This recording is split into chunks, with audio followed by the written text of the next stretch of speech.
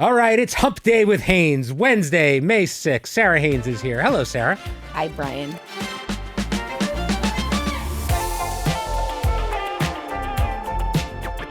You are wearing the lovely View t-shirt, which is available online. I'm a model. Go to the View website and you can check it out. I love the Abbey Road kind of logo thing. It's our season 29. I don't want it to go away. I really like it a lot. Does the logo change every year no matter what? It's like the coffee mug logo. There's years where we have, caricatures of you guys. There's years where we just have logos.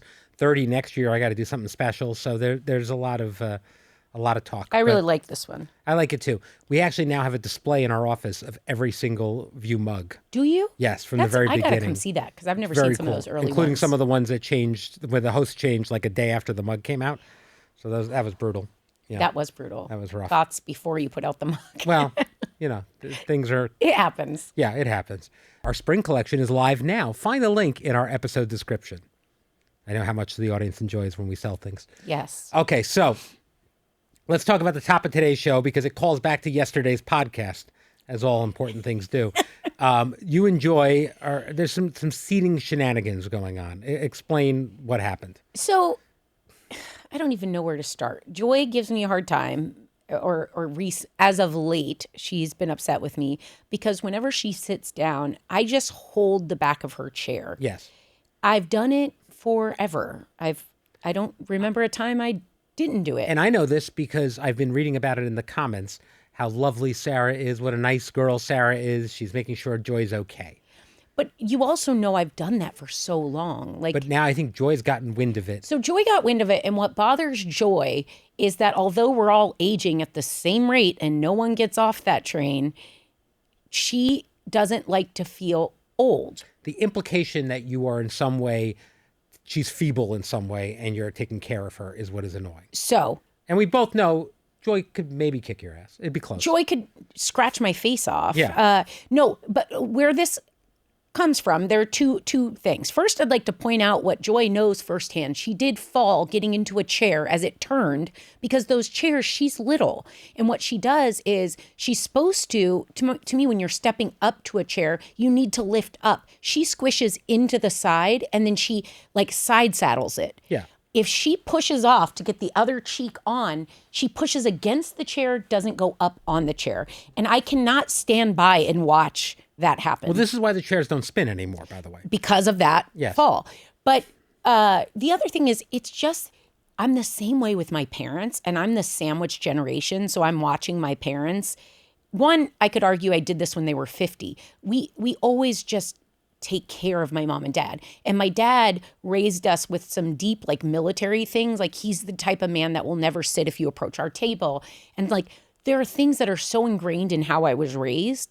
There's no world in which I can comfortably not make sure Joy is seated safely. It's respectful, and it doesn't come from you're old. If there was another little person, if Carly Green. Carly's one of our producers. Yeah, and I don't think she's cleared 5 foot. Is she 5 feet? I don't want to... Okay, we're not short shaming, but no. She's little. If she were sitting next to me, because this is twofold, it's not an age thing. Yes. She too I'd make sure she was situated because she'd have to step up a little. And if you're not doing it right, I'm going to be there. But the second, she's Joy Behar. And although I've never heard my mom say some of the words that come out of her mouth on the daily, it's like my parents to me. Sure. And that's not, oh, you're old. That's, oh, you matter. No, I think and I want to help you. As a society, we should all protect Joy Behar. I think that's important. Everyone should, and it should happen whether you know the person or not. She's a national treasure. She is a national treasure. And by the way, it doesn't matter if you're old, young, man, woman. When I walk through a door and someone's behind me, I often stay to hold it.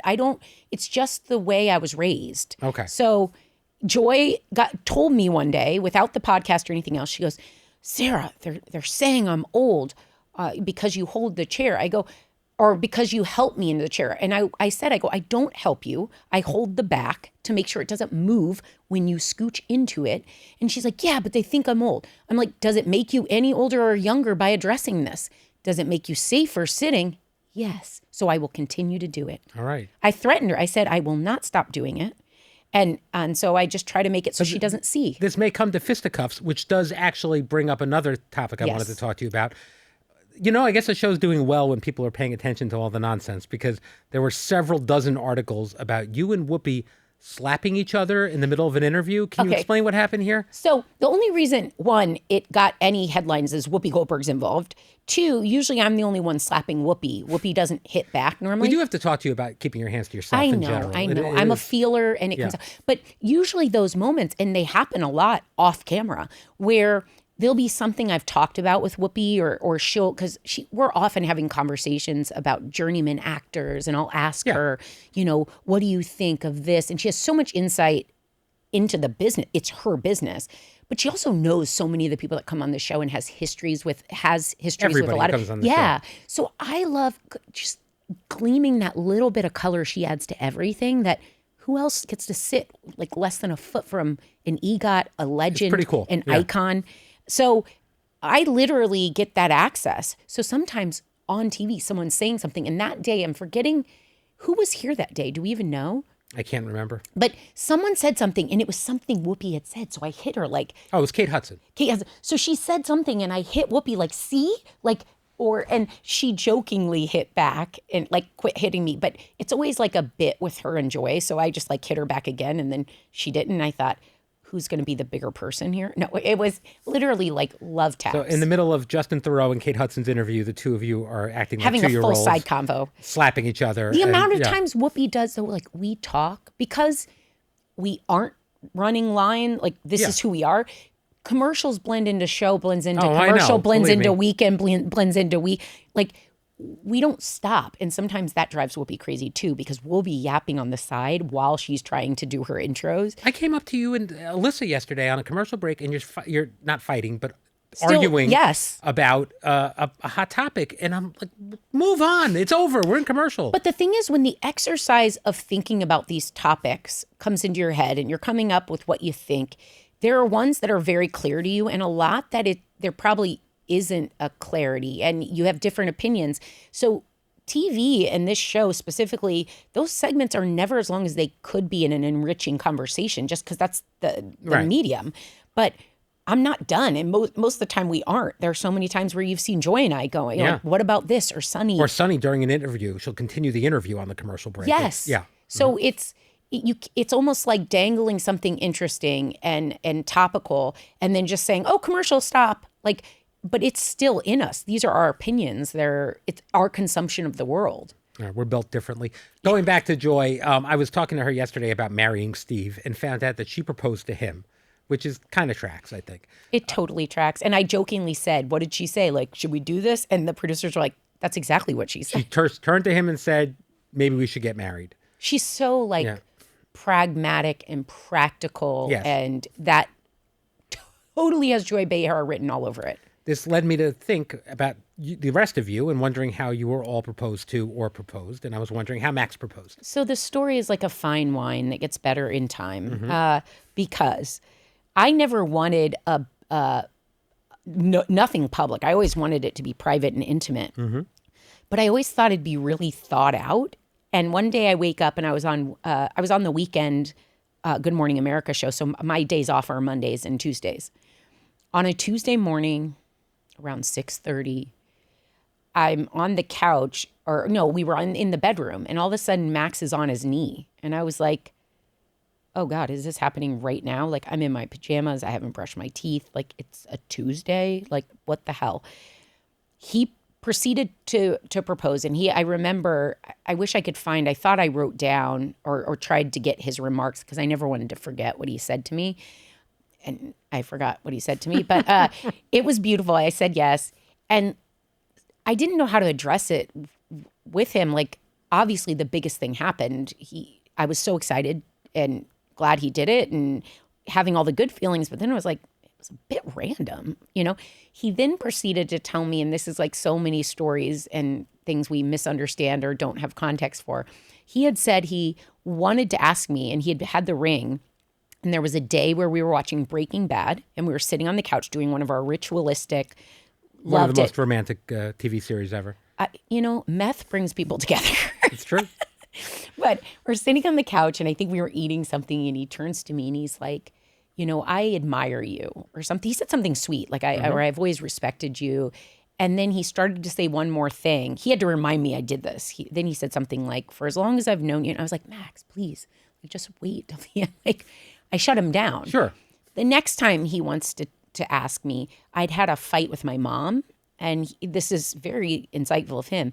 He said, I didn't want you to remember the day we got engaged because on a day like that, when you were grappling with something that mattered to you so much. Yeah, sure. That's compassionate. So It was like the third time. He goes, and the other thing is the way you had snapped at me during Breaking Bad, I knew the one time to catch you quiet and not in a bad mood was right upon wake up. All right.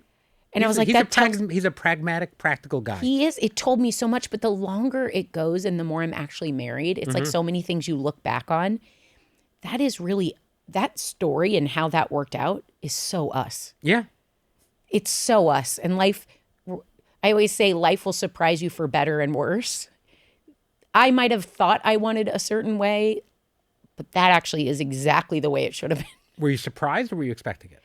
I You talked about marriage, I assume, at that point? From like the second date. Not to him, but it came up early because he's 5 years younger than me. Right. And when I met him, I was 34. So as you start to realize, oh, this could work. Yeah.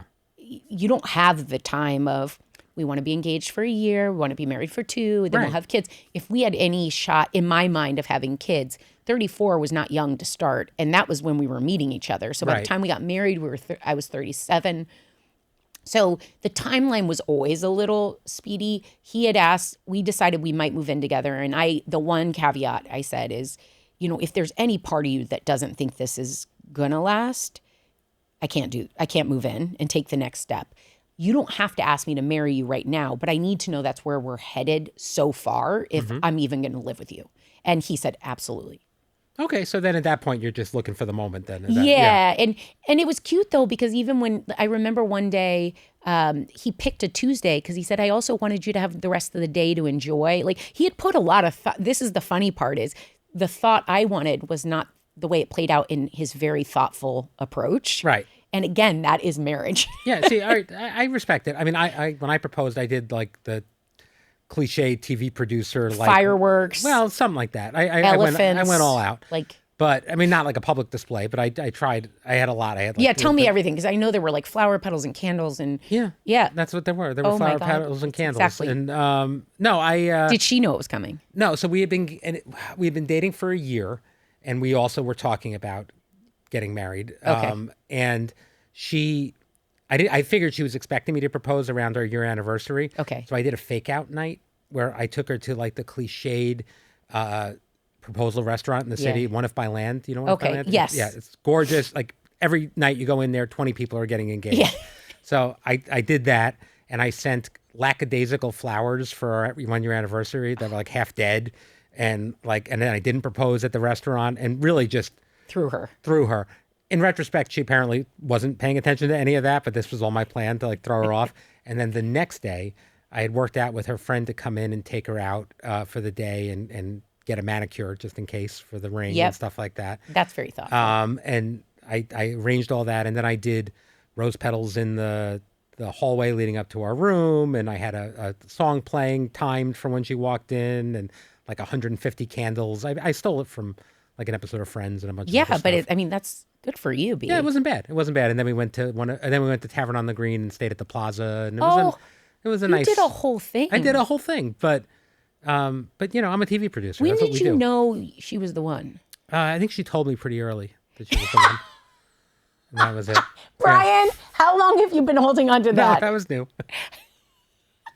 No, seriously though, no jokes. No, I had to chase her a little bit, and that was part of it. So I knew pretty early that I was in. She started talking about marriage earlier than I did because she's from the South and they get married younger there. And I was 28 and I was the first of all my friends to get engaged. How old was she? 24. Because I was say, I remember it was pretty young. Yeah, she was young.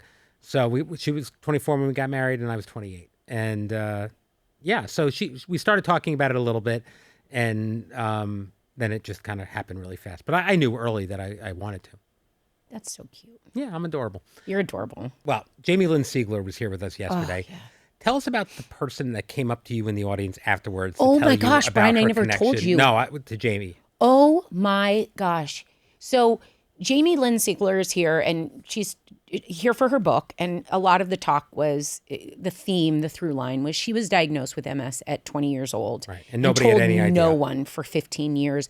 And a lot of the interview and her book was about coming to terms with, she was so busy hiding and feeling shame that she wasn't getting what she needed, which was support, community, specifically from the MS community.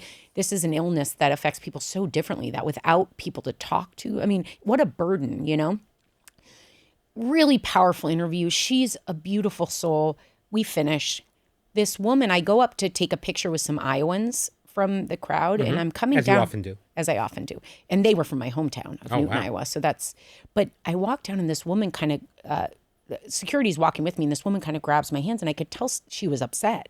She said, I have to tell you something. She proceeds to tell me, she's like, I did not know that Jamie Lynn Sigler was here today. I had no idea. But her story is my story. She's like, I was diagnosed with MS at 22. I'm 50, and no one still knows.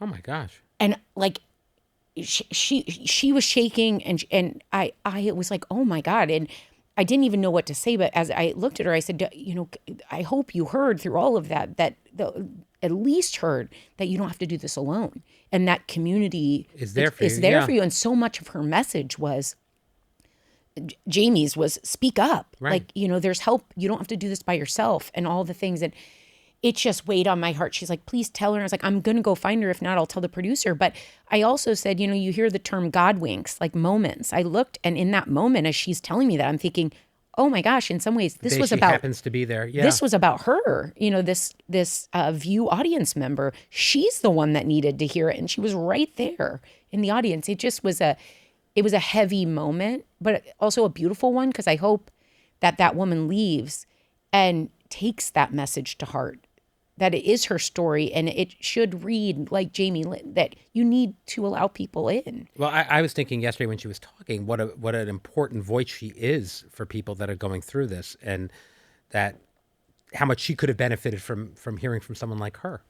Oh my gosh. And absolutely how it applies to diseases beyond MS. It's chronic illness. It's things people deal with that they carry shame, and they feel it's something they have to hide, when in reality you think you're protecting yourself, but the protection was the support. It was the help. Yeah. It was the holding you up when you didn't have the strength to hold yourself up type of thing. Absolutely. I was so impressed by her in so many ways.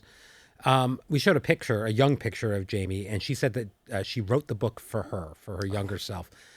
When you look back on young pictures of you, what do you wish you knew? Oh my God. Maybe one thing I wish I knew is that you don't arrive anywhere. There's no moment you get somewhere. It's you're living. It's all right now. Because I think your whole childhood is spent matriculating through grades. Every year, I think that was my second grade or fourth. It's very you. You're very much yourself here already. Yeah, and it's got my bangs, which I worked really hard on. When you see this, do you see your daughter? I don't know. I mean, I see a little Alec in there. Mm-hmm. I do too. Definitely. But the eyes especially. I think learning wise things I still have to work through when I look at that little girl are things like life will never stand still. The good and the bad. Yeah. You're going to have great moments and you're going to have bad moments, and all of them are passing. And life is now, whether you're in second grade, third grade, people say pretty much you're training to become something. You never become anything. They talk about getting married and all the completion and then having kids. The chapters are ever changing and they go by so fast. I wish I had known that part, that, that's why I tell my kids that, Caleb was complaining the other day not complaining, his birthday's June 26th. How many days till June 26th? I said, Caleb, I don't want those days to go fast. You're never going to have your kindergarten teacher any longer. You're never going to sit by exactly those same kids. This year is special. Don't let it pass without recognizing it. We often only look back. We don't look around. And it's those present moments that were always the only thing you had. And, it hit me hard in my 20s that I was like, wait, there's not an end to all of this. And I don't mean death. I just mean when does that thing happen where you like get there. You don't. No, I agree. Although I do find I'm more comfortable in my skin the older I get. Agreed. And that part's nice. Very much agree with the more comfortable. And I don't feel like I'm striving in the same way for things. Like I feel happy with where I am in my family and the things I'm blessed enough to have. It's nice. Well, and that's so much that's pumped into you in youth about, I don't know if boys feel the same way, but I'm sure to an extent you do. The whole idea that you're trying to get to marriage, you're trying to find a partner that completes you. You're trying to have this career. What are you going to be? Who, almost that's your identity. What are you going to, you were always what you were, and it was all around you and it was all within you, and you're fine. Like it'll work out. It works out. God will. Yeah. Speaking of family, Mother's Day is this weekend. And speaking of moms, on Monday, Alyssa talked to us on the podcast about the emergency surgery that her son had to have last week. Yeah. She kept this very private. She didn't even tell you till pretty late, and you guys are very close. I was so impressed with the fact and kind of stunned by the fact that she was able to come to work every day and do this while it was looming. Have you been talking to her about this since? And she told me, and like in some ways I'm so glad she didn't tell me until after, because like to see the relief helped me not hurt so much for her and not be nervous or scared because everything was okay. I think it was easier for her if people didn't know. Yes, she's superstitious. I agree. And also, I don't need to be carrying everyone else's energy, nor did she, about like, oh, well, what's going on? Is everything okay? Like, keep that in a silo. And you in particular, not great with that. I feel like your eyes will like, water up every time you see her. And like it's I'm glad it was, but knowing he's okay. I had a moment when Alec got his tonsils out when he was 4 that I remember writing Max from the hospital because I didn't expect to have the reaction I had when they let me stay with him. Yeah, it's scary. And as they put him under, the look on his face. And it was super triggering because you remember Edie, my best friend's niece, who passed away at 19 months. Through all of the hospital days, those were the updates. And the way she looked, the way her eyes would hang when they were poking her with needles and shot, she ended up passing of this rare cancer. I was having Sandra about the same time. And every time I looked, like Sandra was an infant and Edie had been in the hospital for months. And with her bald little head, Edie, all I saw was of course, Edie and Sandra. Then when that happened to Alec, I remember thinking of Edie and knowing my child was getting their tonsils out. Amanda's child never came home. And so right when I saw this segment we were having when Alyssa was talking about Jamie Lynn Sigler's baby, and I saw Alyssa start to go, I don't think people saw it on camera, but Alyssa got very emotional. Very emotional. Course. And I did too, even actually. Yeah. Well, and knowing that through line of all these stories of kids in hospitals and that like love and that desperation, anyone will understand. Like, I don't know. I don't even know how to explain it, but watching Alyssa go and her feeling, having watched baby Justin go through that, reminded me of how triggering it was at 4 years old, much older than baby Justin, to have their eyes drop back and to go out and to know there's risks in everything. And then to hear her book opens with such a powerful scene where a nurse said to her, you're going to have to call him back to life. And imagine screaming with that desperation to your child. I don't know how. I'm so glad that her son is healthy and fine, and that baby Justin is healthy and fine, and that Alec is fine, because we're some of those statistics that it ended well for. Yeah, and it's just unfathomable, and at the same time, completely understandable what that pain must be like. Oh my gosh, yeah. All right. Well, I don't want to end on that. What are you? I did not cry. We have tissues on the table. No, I didn't cry though. To the left of you. Why are we planting these here now? No, but you're crying a little bit, yes, but not really. Okay. I don't want that to count. No. Well, it does count. If I had how many podcasts since Sarah last cried, it would be back at 0. But it wasn't. I wasn't trying. Yes, and I'm being told yes, they were planted. Thank you. All right. What about Mother's Day for you? What are the plans? You set a low bar for Mother's Day. Oh, yeah. I worry about my mom because in my mind, a mom is my mom. even though I am a mom, it's so strange because I don't always feel that. Right. That legacy. I think it's hard to equate yourself to what your parents are to you. I don't know. You spend a lot of time mothering. I feel like you've got a lot of mothering going on. I've got a lot of mothering, but I think that title is so awesome and huge that I don't necessarily feel there should be a day for that. The only thing I've asked for is that they finish the little books that we did on the show. Well, we were talking about that. So for those who don't know, last week we did a segment with the co-host, Favorite Things for Mother's Day. And you highlighted these books from Knock Knock that your kids can fill out and all about you. And your kids were kind of brutal. They roasted me. So I expected a moment of like proud tears when they say something sweet. Like when those things those kids say that you're just like, oh, they roasted me. And I was kind of proud of their senses of humor. But I had filled them out at home and I said, I don't want to look at them. And then I ended up reading them, not expecting what I got, but like one was, the sentence was like, my mommy makes me laugh so hard when she, and Sandra wrote, you're not the funny one, Mom. What? Which is such a shot at you because especially. And the deepest cut you could give me. Yeah, that's really rough. Like all that flashed through my head is my own SNL reel of all the things I've done to make them laugh on the daily, right? Which has made me very unsexy to my husband, and yet I took that bullet for what? And the implication is that Max is funnier than you, which is the most insulting part. Yeah. He is Russian. I'd like to see his best 5 minutes. I'd like to see what he's got.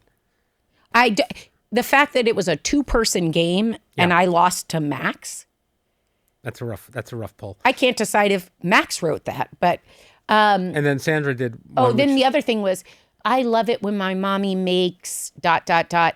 Does mommy make anything? ? Wow. But by the way, she's not wrong. But then that haunted me. So I baked cookies over the weekend. Okay, well, there you go. And I was like, look, Mama made cookies. Because I was like, I've got to redeem myself. I made waffles once. And I made a big deal out of it. And I said, Daddy's special waffles. And no one makes waffles better than Dad. And I made them. And I've just kept this legend going since then. The girls both believe that I make the best waffles in the world. Do you? I haven't made them since. I don't know. It was like 6 years ago. It's hard to mess up a waffle. I could do a waffle. Yeah, I got some extra good syrup, and I put some stuff on. I dressed it. I dressed it up. But Daddy's legendary waffles are still like a thing, and I just refuse to make them ever again. Everything in our house is like on birthday. We always let them pick what they want. I want Papa's macaroni. I want Papa. I'm like, you can stop saying Papa. We know he's the only one that makes anything. Yeah. So you've never been able to cook, or you just? No, I actually have. Over time, I've explored with recipes, and it's just not. It's not comfortable for me. Me either. I don't find it relaxing. It's also not super fun because, I have a thing with food waste and all this. So when you're cooking, you've got to have a certain nonchalance to. You're not going to go through all the herbs you just got. They're probably going to go bad in the fridge. I just would rather not look, and so. All right. Well, there we go. So we won't look. Yeah. All right. Oh, but so you asked me, sorry, about Mother's Day. So we don't have anything. Max just texted me this morning. He's like, hey, Alec has baseball on Sunday. Did you want to go to a dinner? And I'm kind of like, it's just like Valentine's Day to me or anything else. It's just kind of is what it is. It really, to me, remains about my mom, but I do want the kids to finish those books. I asked Sandra yesterday, I was like, all Mommy wants for Mother's Day is for you to finish the book. And she's like, I'm tired of the book. And I was like, but I would love the book so I can keep it forever. And she's like, how about a spa treatment? I'm going to put you on the couch and I'm going to give you and she does the wet cloth and she starts. I was like, how about the book, please? That can be saved forever. For Father's Day, I get a lot of, I'll watch your favorite movie with you, which is great for me. I don't mind What's that the newest movie for you? I'll pick one. Usually it'll be one they won't sit for normally. We did Ferris Bueller's Day Off last year. How was that? Did that go over well? Yes, but did you not do Forrest Gump with the kids? Not yet. We did Forrest Gump. Really? That's Max's favorite movie. There's some scenes in that are definitely on the rough side. Well, it's also a lot of there were some hard conversations, but Max said we fast forward through. So the rage when Max would fast forward through certain things. Yeah. I don't understand why this is bad, Mommy, while Jenny's in bed with Forrest. I was going to say, that's the scene I was thinking about. Max is like, oh, we're going to fast forward. He freaked, but they loved it. Yeah. They loved it. It's a great movie. But I'm thinking about Sister Act. Yeah, there's the shooting in the beginning. Okay, so we could fast forward. Yeah, if you need to. I've basically given up. I'm much, we've talked about this, I'm much more restrictive than my wife is in showing them stuff. And then I just end up missing out on all these great movies because they watch them with their mom instead of me. And, I want to be a part of it. But then also, like, I have to leave sometimes because it's awkward. So, well, yeah, we can't sit through the awkward because we're not ready for certain conversations. No, we're not. And never, I mean, I should be. My daughter's 14, but, she probably knows everything. Have they had the talk? Yeah, I think so. You don't know? Listen, they're girls. I'm leaving this up to Heather. No, and that's great, but you should ask if everything's okay. I think so. They know things. Yeah. Oh, they know things. They know things. It's better if it comes from you guys. I suppose. I don't know. This all makes me uncomfortable. I don't think I know things. All right. On that note, before I go, I want to tell people, if you're not watching The Weekend View, because we just recorded it, spoiler alert, yes. We do it on Wednesday. But we just did The Weekend View. It's so much fun. It's a totally different vibe. It's a totally different vibe, especially because you guys are kind of punch drunk by the time we do it. Completely. And if you aren't watching it, check it out on ABC News Live, on Disney Plus when it's streaming on Saturday and Sunday. Or this is a secret, like, sneak attack thing. Go on YouTube. The full episodes are there and worth your time. Check it out. It is a good time. All right. That's all the time we have for today. Thank you for joining me today, Sara Haines. Thanks, Tomorrow, Brian. I'll be back with Anna Navarro, and we'll see you then.